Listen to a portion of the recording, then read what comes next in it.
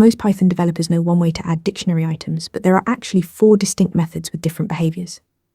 Let's explore each one. The most common way is bracket notation. You simply use the dictionary name followed by the key in square brackets and assign it a value. This creates a new key-value pair if the key doesn't exist. For example, username equals Alice adds a name key to the user dictionary.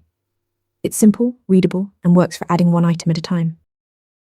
When you need to add multiple pairs at once, use the update method. You can pass another dictionary, and all its items get added to your original dictionary. You can also use keyword arguments for a cleaner syntax. This is much more efficient than adding items one by one in a loop. Here's something critical. Both bracket notation and update will overwrite existing keys.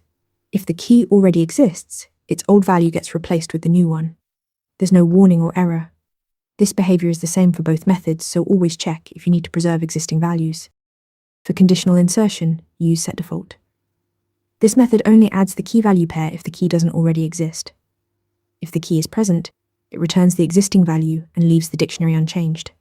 This is perfect when you want to initialize a key with a default value without accidentally overwriting data. Python offers bracket notation for simple additions, update for bulk operations, and setdefault for conditional inserts. Choose the right method for your use case. Want to get better at answering questions like this? With Interview Mentor, you practice real interview questions out loud. You get personalized feedback and a grade on every answer, and you can track your improvement over time.